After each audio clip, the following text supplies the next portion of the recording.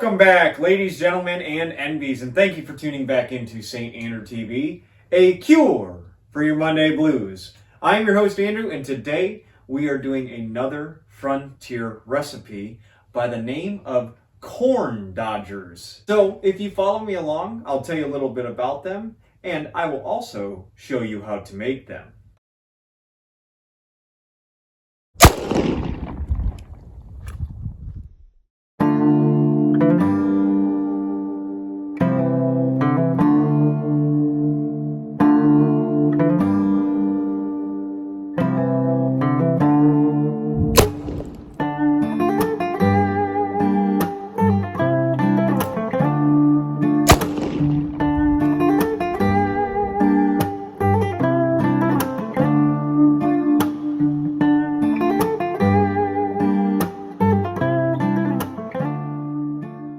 In terms of pop culture, you will see corn dodgers in the major motion picture named True Grit starring John Wayne. That is what they do target shooting out on the prairie with, and you can also catch them eating them during the duration of the film. However, corn dodgers are just like a deep fried cornbread. It's like if fry bread and cornbread met in the middle and took the best parts about them that we are going to craft today. Now, a frontier recipe wouldn't necessarily consist of milk because you don't have a lot of milk on standby. However, we are going to use milk today. Maybe we are homesteaders and we do have an ample supply of milk, and it is not historically inaccurate to use said milk.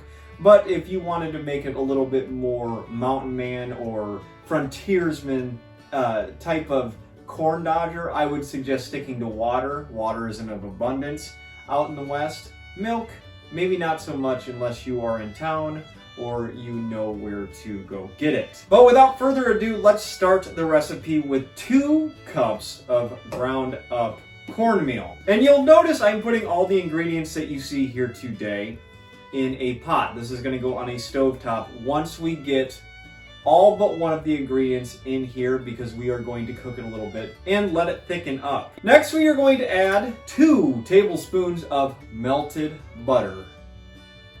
Another thing that I was just pointed out, butter, probably not traveling with too much butter. You can substitute that with something oily. I would suggest an animal fat that has been rendered down. These are combined because they are so small in terms of how much we're actually using, but we're using a ½ teaspoon of salt and 1 tablespoon of sugar. And in you go. Now, the last thing we are going to use before we put this on a stovetop is we are going to put 2 cups of milk.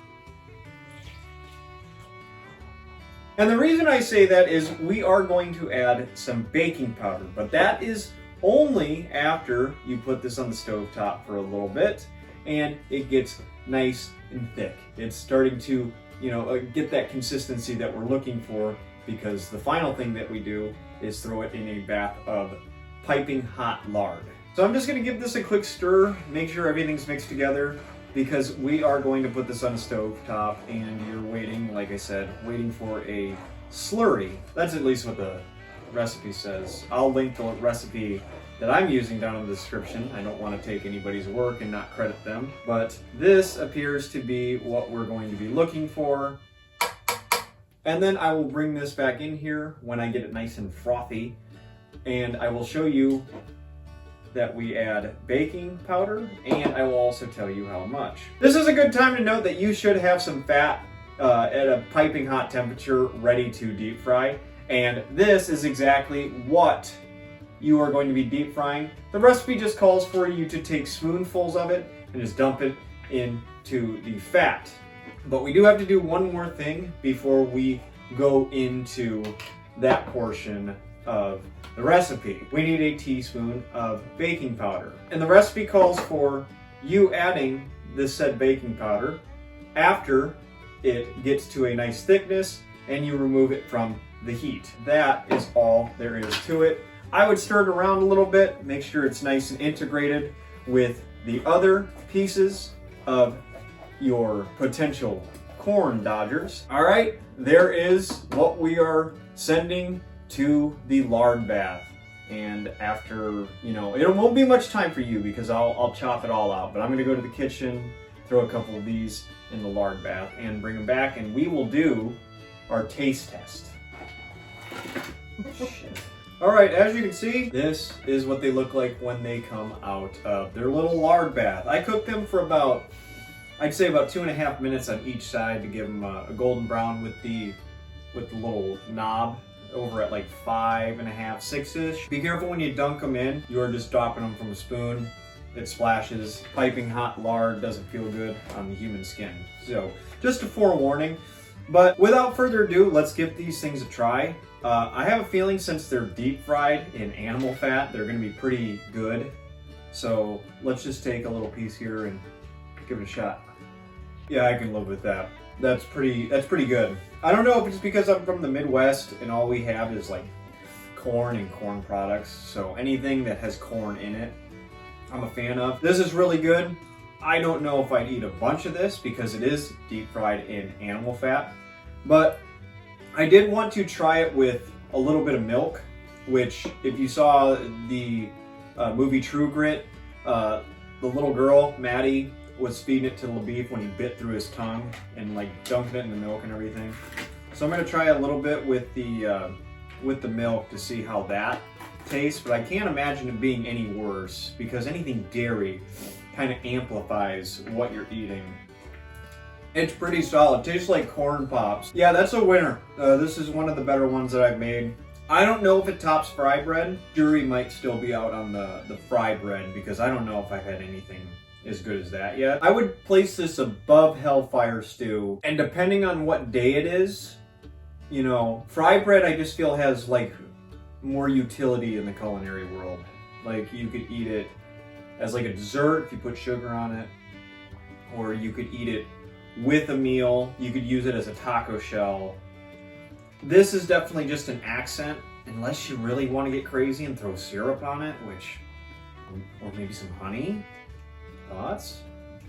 I keep eating it with the milk because it tastes like cereal. So please let me know. I'll probably look into this a little bit after I'm done recording this video, but is this where corn pops or like Frosted Flakes or Corn Flakes got the idea from? Like some sort of corn-based meal on the frontier and then you mix it with a little bit of milk? Let me know if you know the answer to that. Thank you everyone for getting this far into the video. I certainly do appreciate it. This was how to make corn dodgers, and this is specifically like the John Wayne recipe, I guess.